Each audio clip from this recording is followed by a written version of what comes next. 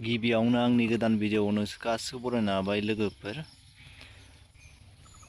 नोंथांमोनाथ' मिथिखाबाय जानो हागौ माने मैयासो माने लावदांगि बसुमतारीखौ माने थांनाय हराव गोदना हास'नानै माने बुथारदों होननानै फोरमायनाय जादोंमोन सुलुङाव।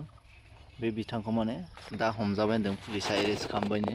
लावदांगि बसुमतारीखौ बुथारग्रानि मुङा जादों माने उदय राभा होननानै मोनथिनाय जादों। बिथांखौ दा पुलिसा खाबाय होननानै फोरमायनाय जादों। ओंखायनो माने नोंथांमोनाबो माने मोजां था आरो बर' आइजोफोर हानायमानि माने सेफगार्डआव था। आरो बिथांखौ माने लावदांगि बसुमतारीजों माने नांलायनायनि थाखायनो माने रावबो गैयि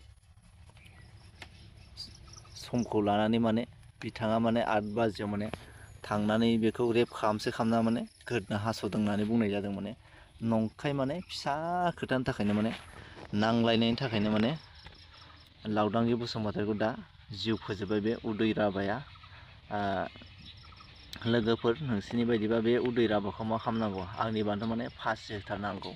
मानोना न'खराव रावबो गैयै माने हौवा गैयै समाव माने बेबायदि थांनानै माने गोदना हास'नाया आंनिबा अयनाय, माने एकदम समाजाव माने गनायथाव नङा बेबायदि मानसिया माने।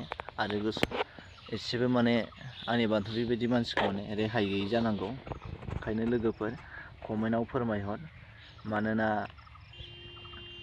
जोंनि बर' हारिफ्रा माने बांसिन मानसिया माने बेलेगाव थांनानै खामानि मावना जायो। माने बेबायदिखौ माने खाबु लानानै बेबायदि बुथारलायनाय हिनजाव मानसिखौ रावबो गैयै समाव बेबायदि मानसिखौ माने आंनिबा फासि होथारनांगौ।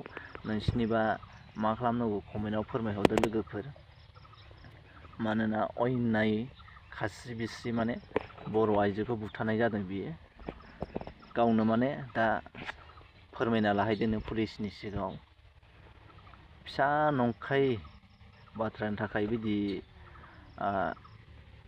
लावदांगि बसुमतारीया माने दा जिउ गोमानांगौ जाबाय। बिसिदि साननाय मिजिं दंमोन न'खरखौ मोजाङै खालामलांनो, सा ससेयाव बिथांजोआ माने जिउ गोमानांबाय। उदय राभाखौ आंनिबा फासि होथारनांगौ, एकदम एसेबो माफ जानाङा। बिदिबा लोगोफोर भिडिअखौ एसेयावनो फोजोबनोसै। आंनि भिडिअखौ मोजां मोनदोंबा लाइक, शेयार, कमेन्ट खालामना होबानो जाबाय। आरो आंनि चेनेलाव गोदानबा चेनेलखौ साबस्क्राइब खालामनानै होबानो जाबाय। एसेनोसै लोगोफोर, एसेयावनो।